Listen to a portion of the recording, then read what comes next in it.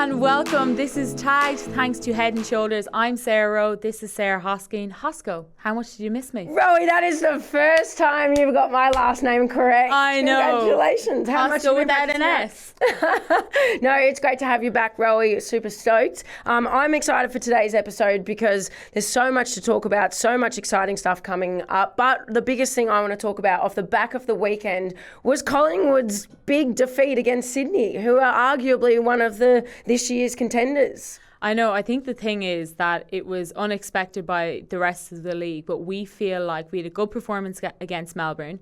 We felt like we were poor against North Melbourne, but North Melbourne make everyone look poor. So we knew that that was just kind of a blip in the system, and we were like, it's very hard to beat them anyway and for any team. So we knew coming into this game that it was a real opportunity for us, and we felt that we executed our system really well, but it felt like a coming performance from us. Yeah, well, I guess that's a really nice generic kind of answer back to me. But you actually came in telling me that your shoulders are really sore because you're carrying the team.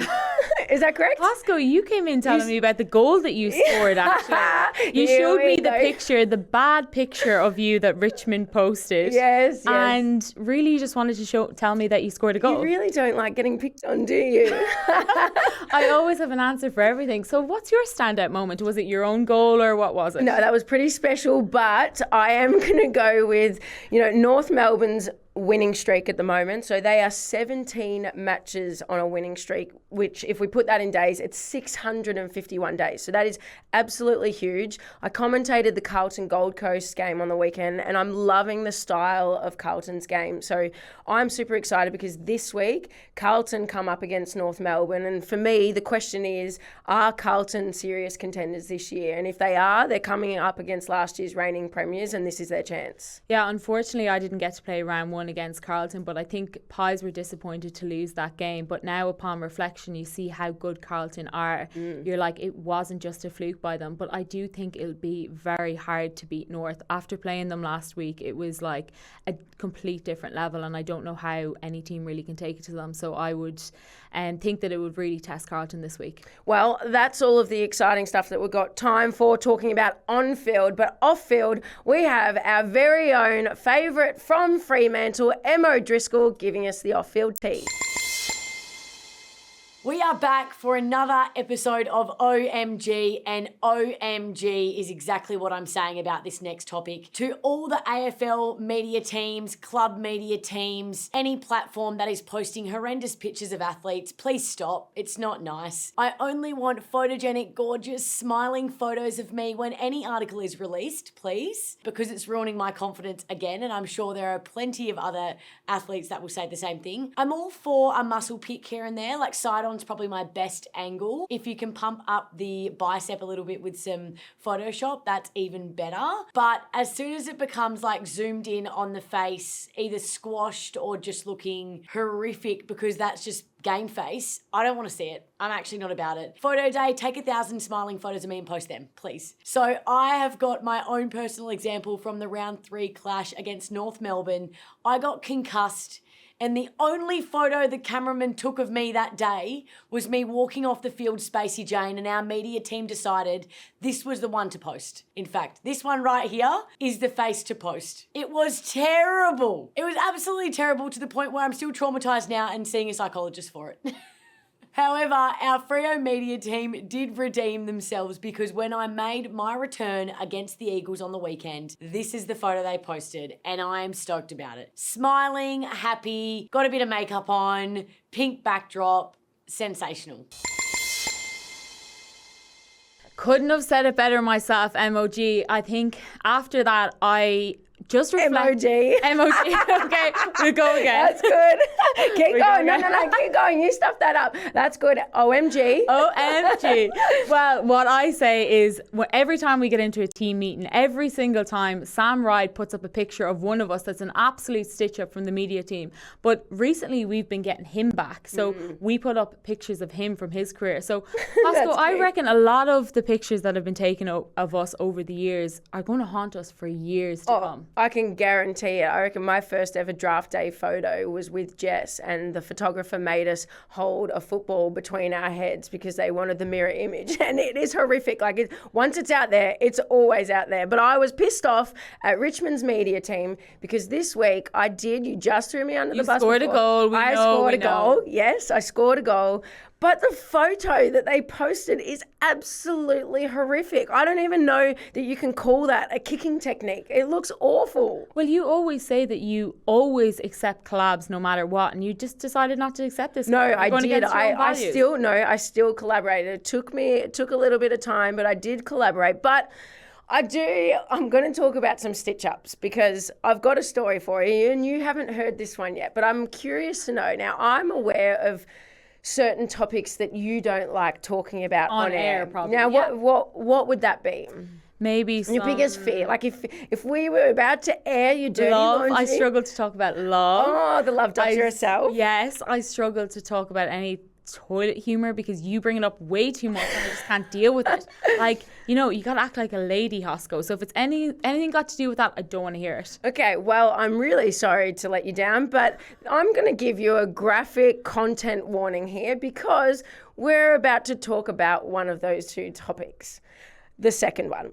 So I'm going to set up the scene a little bit because this is something that happens to everyone. So just for context, for those that aren't in football, so we get drug tested. So at any given point, normally, when do we get drug tested? Start of season or after games. And yes, after games. So normally it's like after a game, been all day. So this was the first time I've come in, like I've woken up in the morning, I've had a big sleep in, and then I decided to, just stroll my way into the club just before the team meeting. So I've come running up the stairs, and then all of a sudden one of my teammates starts shouting, Hosko, wait. And I'm like, oh, what are they doing? Are they going to surprise me or do something exciting? Hosko, wait. And up comes a lady behind her and she goes, hi, what's your name? I said, oh, I'm Sarah. What's your last name? Hosking. I'm Sarah Hosking.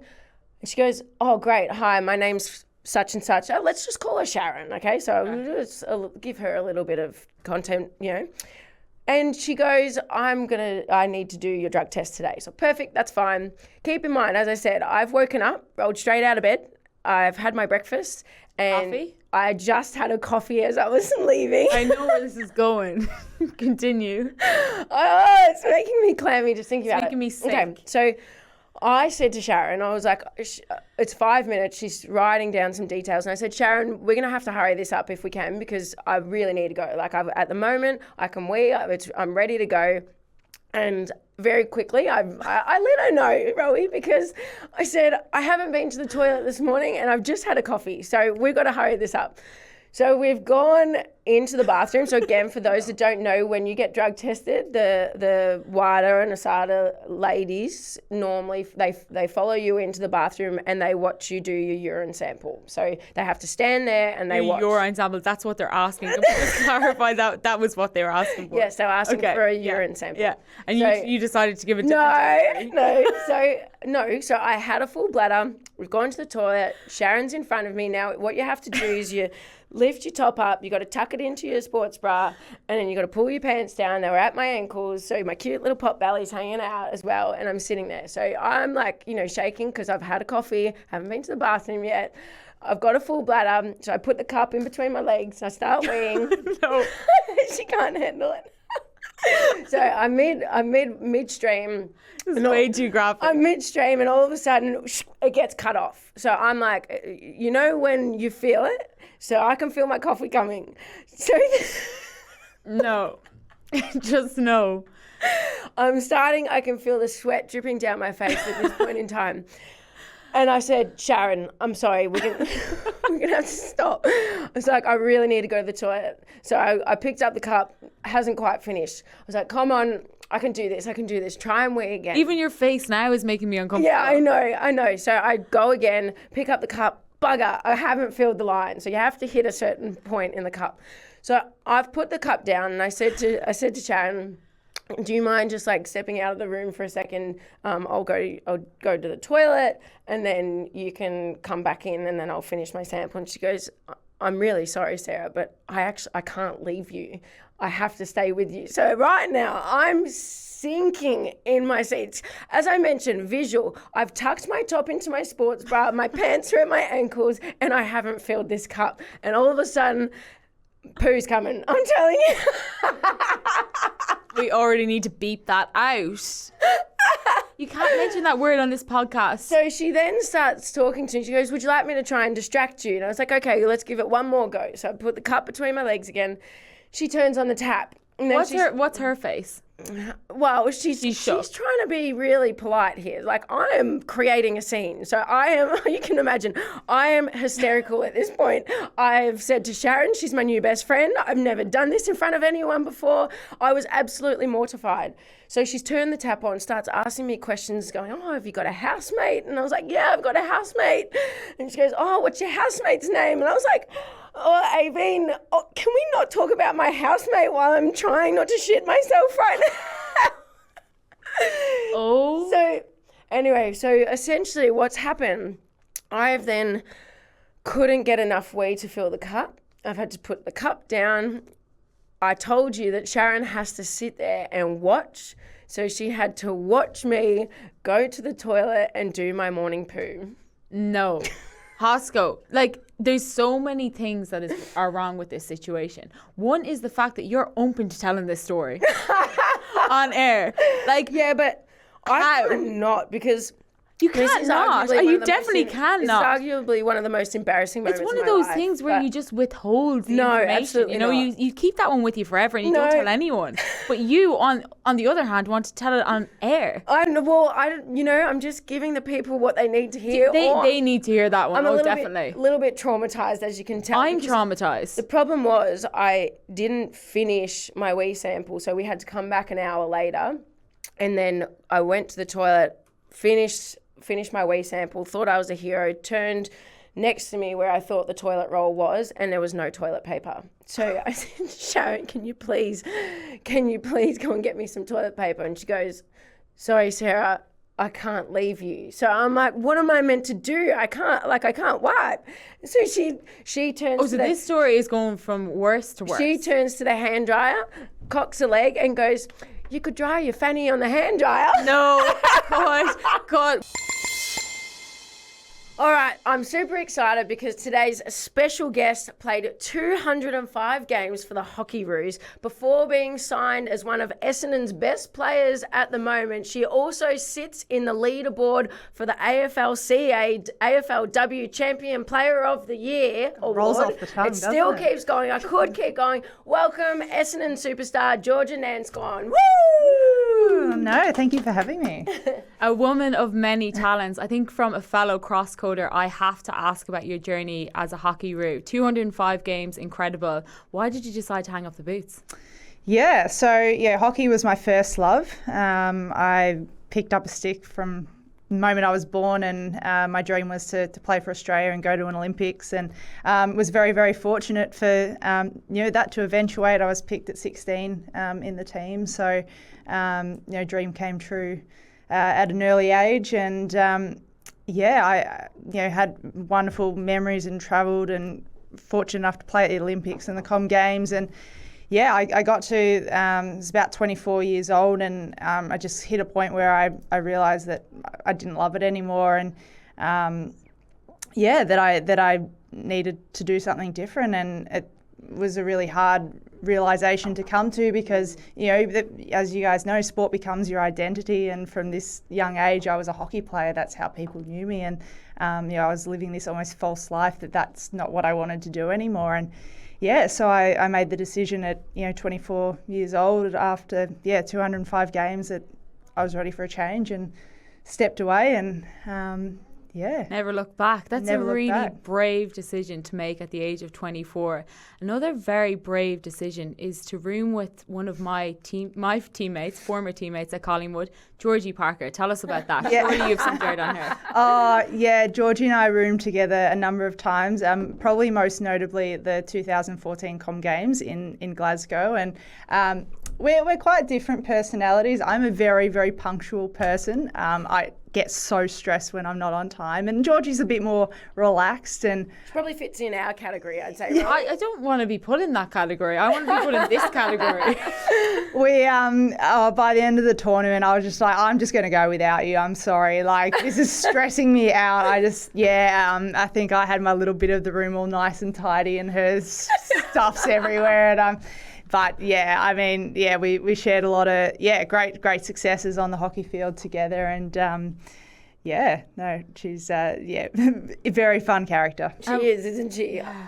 So I've got a question for you. We're going to get into a little bit of footy stuff as well, but obviously coming from Essendon, I want to know a bit about your teammates. So can you give us just a bit of insight into, every club has a fine system. So who sits at the top of your fines? Yeah, I think our draftees are really taking it out at the moment. So Grace Ballany is probably at the top at the moment.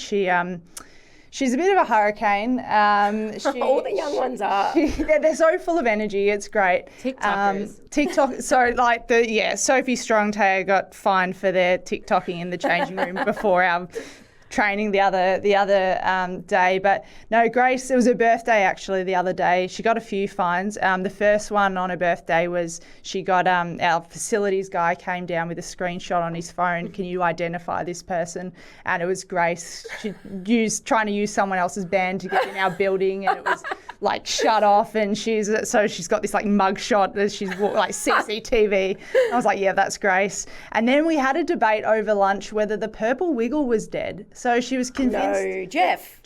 Wake up, Jeff. We're like, he's just sleeping. He's not dead. She was full on convinced the purple wiggle was dead. We had to get up on Google. We're like, no, he's alive. No, I swear one of the Wiggles, we're like, no, all the Wiggles are alive. They're fine. So she comes out with some great ones. So she sounds like an absolute hooter. Yeah, she's good fun. And what about who's some of the teammates that fly under the radar? Yeah. Aside from yourself, by the sounds of it. Yeah, I don't cop too many fines. Maybe I will after What's this. your best fine so far, actually? No, I know. I got fined because I dominated the little kids at our community clinic. If you say so yourself. Yeah, well, that's what they fined me for. I wouldn't say that, but that's what the fine was for dominating the little kids. So they have to be taught resilience at a young age. But that was my only fine so far. Your manager, Larissa Payne, actually described you as humble. I'm beginning to question that one.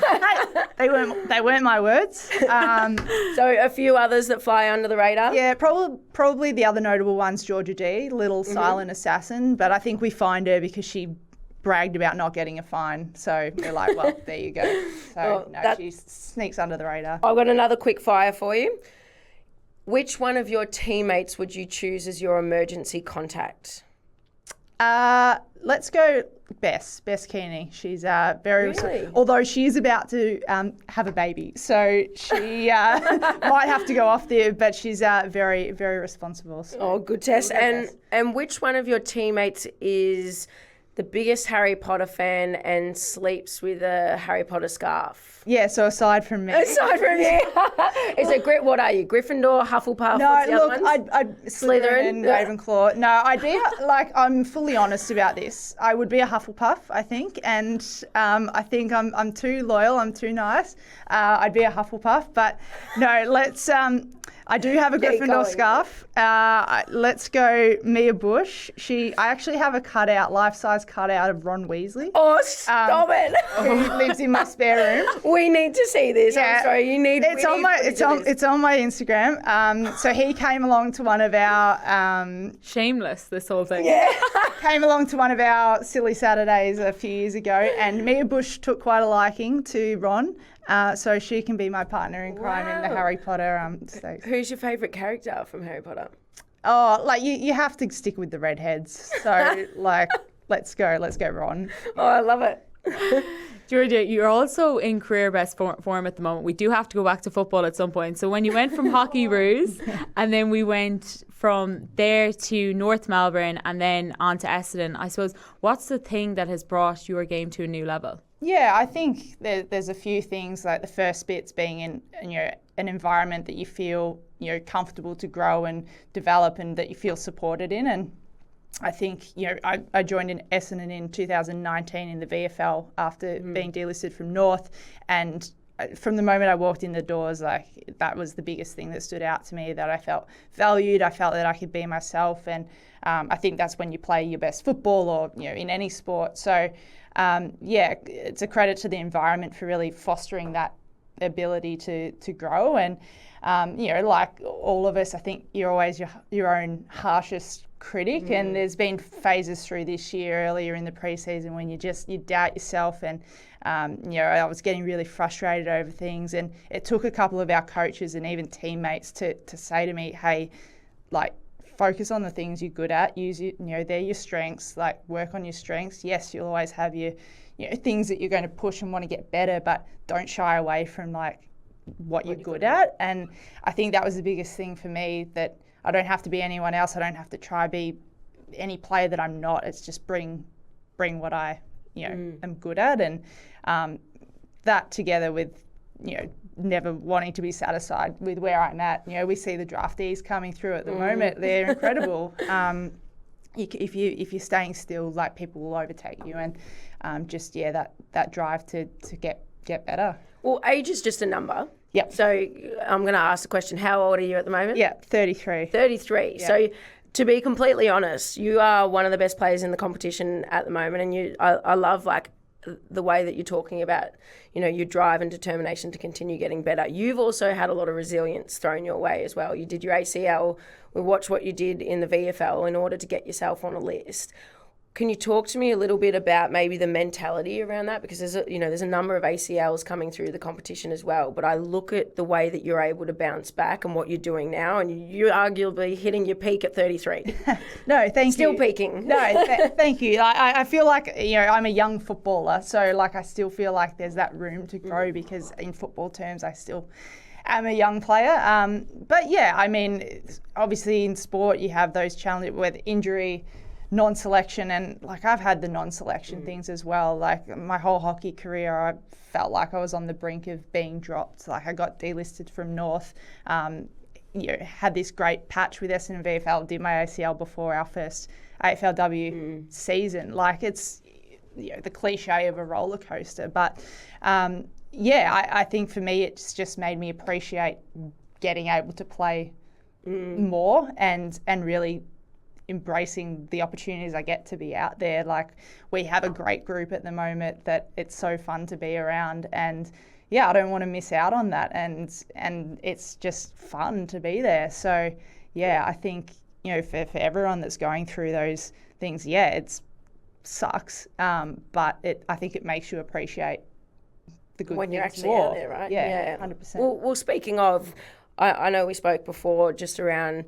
the form at the moment for Essendon, or disappointed after the loss. Can you talk to us a little bit about, maybe what Woody said to you and the girls, and then moving forward to next week? Like what's the intention? Yeah, I mean, there's no shying away from it. Like we're incredibly disappointed with our performance, at Windy Hill in front of the fans. Like we've had such great fan turnout to come see us. It's and great. I think it's the fourth highest attendance across the ground. So we're getting great support, and that's not the way that we wanted to play. And coming off Geelong too, when we were disappointed, we were beaten in the contest, and something we pride ourselves on. And then to let St Kilda get the jump on us again and just not be able to wrestle back any momentum, like it's disappointing. But the credit to our group, and it's something that Woody addressed as well, is we are a genuinely really connected group at the moment, and we're going to ride the highs, and then we're going to ride the lows together as well. And that's our test of character. We we'll review it tomorrow. How do we go out against Freo this weekend? And I think it's a really good opportunity for our group to show what we're made of. Yeah. Well, best of luck for this weekend against Freo as well. Georgia, great that you're here. It's time to go head to head, thanks to Head and Shoulders. So this is where we do a debate on pop culture. This week we're doing a debate on athletes versus pop stars. Hosko, you think that Justin Bieber is a more admirable role model than athletes? Well, yes. I mean, he inspires me. I think that, he's no angel, but he's relatable, he's real, he's accessible to his fans, and he's just a dad standing on business. But he doesn't represent what athletes do in hard work, discipline and resilience. Okay, if you want to pick a couple of athletes, how about Bernard Tomic or what about Nick Kyrgios? You think that their behaviours are admirable? Well, you can choose those athletes if you want, or you can choose the Sarah Rose of this world, the Sarah Hoskins of this world, or the Ruby Slicers of this world, you know? I mean, yeah, I'm speechless at that. I can't. I've got nothing for you. You wouldn't say you represent... I do. I think I'm relatable to day-to-day people as well. I'm organised chaos. Yeah, that doesn't really support your argument. It doesn't, but I'm going to talk about now the power of... She's under pressure, Georgia. I'm shaking. I've got the shakes. I'm nervous. The power of music. You have to think about what pop stars do with their music. If you're sad, they help you feel sad. You turn on an Adele banger. If you want to get up and about, I can always rely on Justin Bieber. They're relatable. Who's your favourite artist, G? Oh, no, don't throw that. Aside from Harry Potter musicals. No, that's it. Gets you up and about though. Yeah, it does. I do agree with you. Music it can transcend things. But what I would say is that music is all through words. Sports people do everything through action. So I think you need a lot more than words. Actions speak louder than words. So that's why I think that athletes are a lot more relatable. Okay, well, you want to talk about some actions. Pop stars use their broad audience in order for the greater good. So I'm going to list a couple of things. Taylor Swift, she gets around the disaster relief. We talk about Elton John, his proactiveness in the LGBTQI plus space. We talk about Lady Gaga and Demi Lovato, what they do for the mental health space. I think they are taking a forward action with their broader network and try and help people. So are you saying the AFLW doesn't do that? We do Pride round, we do Indigenous round. So are you saying that they don't do that? Oh, she's speechless again. I mean, I think the pen drop says it all. I think we've got it. Hosko, yet again you've been beaten. Oh, you're such a sore loser. Like Richmond. Well, G, thank you very much for joining us. Best of luck this weekend as you take on Freo at Freo Combank Oval at 3:05 Melbourne time on Saturday. Thank you. Thanks. God, wasn't Georgia great? She was amazing, and there was so many more questions I wanted to ask her, particularly about the Olympics, but an absolute incredible athlete. Oh, I know. But before we go, Rowie, I invited you on Hosko's hot seat, so take a listen, but make sure you stick around because I've got some follow-up questions for Rowie. Rowie, welcome to Hosko's hot seat. Woohoo! Now, you know the drill, hopefully. All I will be doing is throwing some hot and spicy questions at you. You don't have to answer, okay? If you don't, though, you will have to grab a chip, dip it in the hot sauce, and eat it. But if I answer every question, do I not have to take the hot sauce? Okay, yes. Perfect. So you're a dual sport athlete. What do you prefer, soccer or AFLW? Soccer. Ooh, okay, confident. Didn't even finish my question. Which athletes are fitter, soccer or AFLW? Soccer. You're a bloody win-win situation anyway because you play them both. If you could play one sport for the rest of your life, what would it be? Soccer. Okay. Have you ever dated an AFL player? No. She's good at answering. Straight face. She won't outsmart me. No chance. Okay. My emotional intelligence through the roof. So, who has the worst smelling boots? Oh, Michaela Khan. She overuses her socks and her boots are years old. Yuck. Superstition. Who's most likely to steal your moment of glory by kicking the final goal? Sabrina Frederick-Troll. And finally, who is your favourite tagged co-host? Myself. Okay, that one. I didn't even expect that. I have some cards. It has everything in the deck. Yeah. As you can see, shuffle. What I want you to do, what's your favourite number between 1 and 10? 7. I want you to pick a 7 out of the cards. If you do not pick a 7, you get the trifecta, and I get to put the amount of sauce on it. No. I don't like sauce even. You are such a princess. Oh, my God. So, Rowie, how are you feeling about those answers? I have to say I'm pretty proud of myself now. I know that wasn't the idea to beat you at your own game, but sorry, Hosko, this one I think I took the winner home. I'll get you next time, Rowie. Don't you worry. That's all we have for today. That's tagged. Thanks to Head and Shoulders. Bye. Every time. I know. You look like you're doing a car wash.